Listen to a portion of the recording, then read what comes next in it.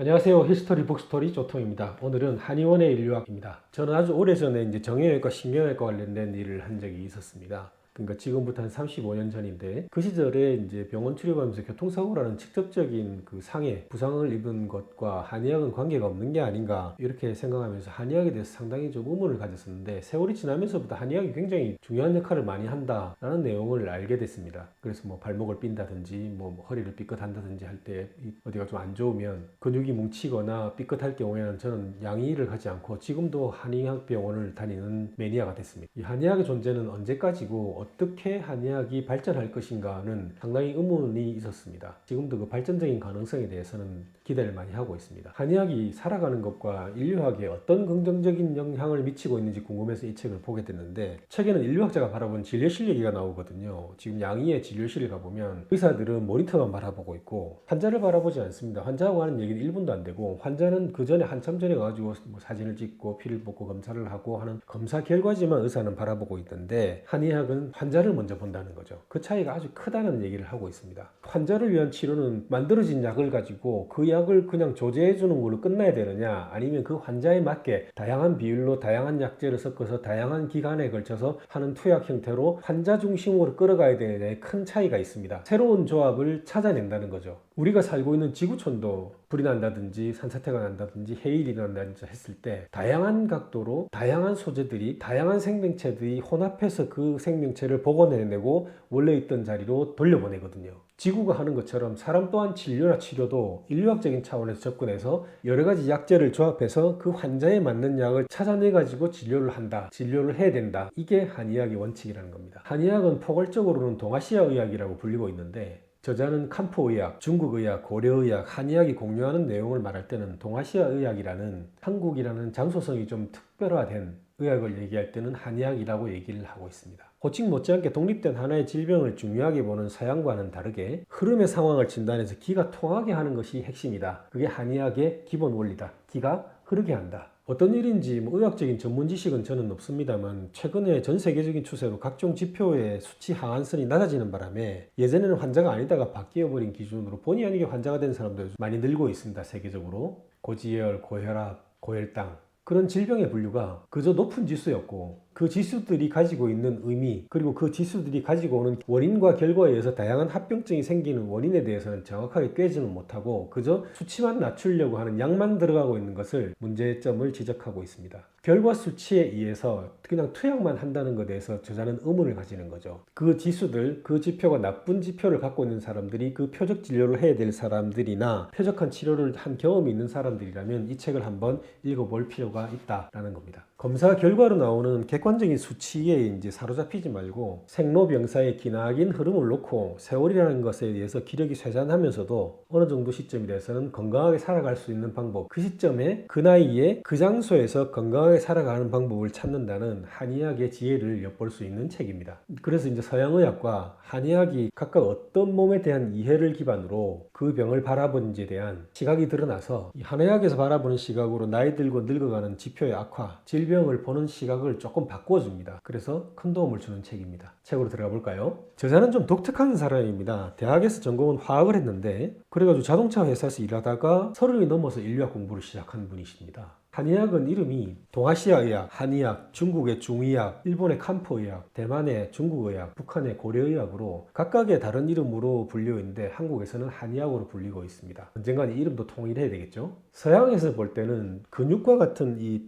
가시적인 유형체를 통해 가지고 인간의 몸을 바라보고 있는데, 한편 중국이나 일본, 한국을 포함한 동아시아에서는 기와 같이 이게 가시적이지 않으면서도 흘러가는 그 무언가에 대해서 다루는 게 한의학에 담겨 있다는 겁니다. 시각이 다르죠. 목적도 다르고 대상도 다르고, 그리고 인간이란 집단은 아주 예외적으로 아주 오래전부터 의료라는 영역을 가지고 있는 동물입니다. 호모 사피엔스가 아니고 호모 메디쿠스라는 겁니다. 다른 종족들과는 완전히 다른 차원의 진료를 하고 치료를 하고 간호를 하는 시스템, 의료라는 시스템이 있는 호모 메디쿠스라는 특별한 종족이라는 겁니다. 여러분 병원의 그림을 한번 상상해 보십시오. 병원에서 의사가 환자의 진료실에 들어오는 순간 통상 그 환자와 관련된 히스토리가 적혀 있는 모니터를 먼저 봅니다. 그리고 한의원 진료실에서는 한의사는 환자가 문을 열고 들어오면 그 사람들의 표정, 얼굴색, 걸음걸이, 텐스 등을 보면서 관찰하는 걸 볼 수 있거든요. 이 사소한 차이인 것 같긴 합니다만 의료인과 환자 사이의 이 첫 대면은 서양의학과 한의학이 그간 오랫동안 단련해온 진단의 차이가 숨어 있는 거죠. 통즉 불통, 불통즉통이라고 하는 얘기가 있습니다. 이 얘기는 뭐냐면 통하면 고통이 없고 통하지 않으면 고통이 있다는 뜻입니다. 흐름이 순조로우면 병이 없다는 얘기인데 아프지 않고 편안한 몸이 된다는 얘기입니다. 하지만 흐름이 순조롭지 못하면은 건강이 흔들리기 시작하고 질병과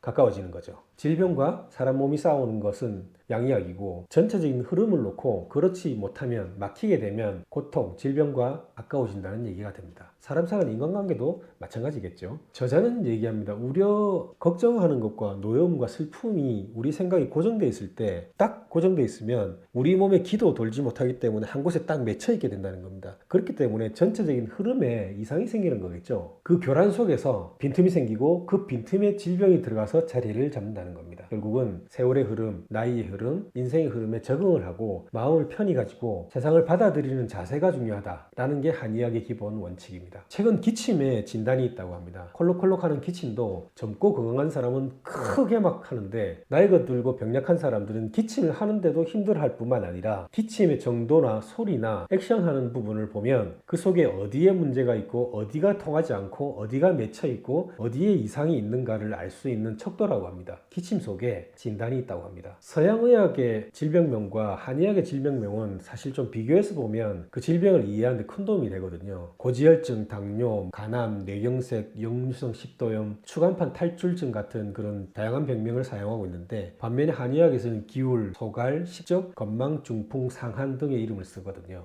한의학에서 진단을 내리고 있는 병명을 자신의 양의학의 병명을 같이 비교를 해보면 내 질병명이 여기서 유래됐구나, 이런 증상이 있으면 이런 병이 나타나는구나 라고 추정할 수 있습니다. 이 한의학에는 상담 시간의 장단 그리고 깊이도 환자별로 다르게 합니다. 환자가 상담 시간에 차이 나는 그 기전의 이유는 뭐냐면 첫 번째 환자는 토로 맺힌 것을 풀어야 되기 때문에 의사 앞에 와가지고 계속 아프다, 어디가 안 좋다, 나쁘다는 거 한의사들은 다 들어줍니다. 한의사가 보기엔 그 환자는 기를 토해내고 발산하는 게 필요하다고 판단됐기 때문에 진료 시간을 길게 하고 가슴에 맺힌 것, 하고 싶은 얘기를 다 토해내게 시간을 주는 겁니다. 그렇게 기다리는 환자가 있는가 하면 반대로 짧게 끊어가가지고 핵심만 얘기하고 빨리 마치는 경우도 많습니다. 오히려 길어지는 게 그 환자에는 도움이 안 된다고 판단하는 경우에는 길게 하는 사람과는 예외적으로 빨리 끝마치기도 한다고 합니다. 그래서 이 진료하는 형태를 보면 맺힌 것을 푸는 것이 의사가 보기에는 진료의 한 가닥이라고 보고 특히나 의사 앞에서 발산하고 호소할 수 있는 시간을 주는 것도 진료의 일부라고 생각하는 겁니다. 역시 한의원은 인류학입니다. 이 서양의학에서는 약을 선택하는 방식하고 동양의학에서 약을 선택하는 방식은 엄연히 큰 차이가 있습니다. 이것은 약품을 대량 생산 막 찍어내는 서양의학에서는 제약과 진단하고 그 약이 별개로 이루어지는 겁니다. 약은 약대로 찍어내고 진단은 진단대로 찍어내가지고 매치시키는 것을 떨어뜨리는 게 서양 방식의 투약인데 약의 조합이나 비율을 각자 다르게 한다는 게 처방의 주된 특징이고 큰 차이점입니다. 본초의학의 분류에서 인삼은 약이라고 하지 않는다고 하네요. 인삼은 보약에 속한다고 합니다. 보약은 한약의 대명사처럼 알려져 있지만 사실 보약은 약 중에 하나입니다. 약이라는 것은 각 약성의 방향에 따라서 보약, 통약, 시약, 수약으로 구분되는데 각자 보하게 하고 통하게 하고 흩어지게 하고 수렴하는 성미를 가지고 있습니다. 보약이라는 것은 이들 성미 중에 환자에 맞게 처방을 해서 도와주고 보충해주는 성미가 두드러지는 본초의 의미, 그 본초들의 무리를 뜻합니다. 이 본초에 대한 이해는 본초 식물이 사람에 어떤 영향을 주는가에 그 영향을 주는 거에 대해서 주목해야 된다는 게 특징입니다. 저자는 한의원의 인류학에서 생애는 없고 세대만 존재한다는 것에 대해서 비통하게 생각하고 있습니다. 유년, 청년, 중년, 노년처럼 조각난 세대들만 남아있고 그 세대들 간에 갈라지고 틈이 생기고 반목하고 서로 등을 돌리고 있는 안타까운 세대도 이야기하고 있습니다. 저자의 얘기를 들어보면 최근에 안티에이징이 참 유행하고 있는데 이 안티에이징을 차별적 담론으로 본다고 치면 노년은 피해야 될 생이고 노인은 부정적인 대상으로 되는 거죠. 하지만 노년이나 노인이라는 것은 비정상적인 상태가 아니라는 겁니다. 노년이라는 건 기력이 떨어지는 생애의 후반전이긴 하나 기운이 떨어진 상태와 병든 상태는 완전히 다른 거라는 거죠. 같은 것이 아니라는 겁니다. 기운이 떨어진 상태에서 건강을 유지할 수 있는 방법도 얼마든지 있습니다. 하지만 지금의 건강의 개념을 놓고 보면 노년의 질병을 회피하는 건 사실적으로 불가능해 보입니다. 100세 인생이 왔거든요. 단지 육체의 굳셈과 힘만을 건강한 노후로 생각한다면 건강한 노년의 형용사는 모순이 되는 거죠. 적절히 세진함과 그 세진함을 잘 적응해서 가치 있는 삶을 사는 게 더 중요하다고 저자는 얘기하고 있습니다. 한의원의 인류학, 충분한 기간 동안 연구하고 공부해서 그 경험을 풀어보고 있습니다. 기력이 떨어진 노년의 상황과 병든 상태는 완전히 다르기 때문에 자신의 몸을 잘 관리해서 행복하고 건강한 삶을 살아라고 조언하는 책입니다. 크고 작은 병을 진단받았다거나 병원에 출입을 해야 돼서 한의와 양의선에서 방향을 잡지 못한다거나 어느 쪽이 나을까를 고민하는 분이 계신다면 한의원의 인류학 김태우 작가가 지은 이 책을 한번 읽어보시기를 권해드립니다. 편하게 읽으실 수 있습니다. 히스토리 북스토리 조통이었습니다.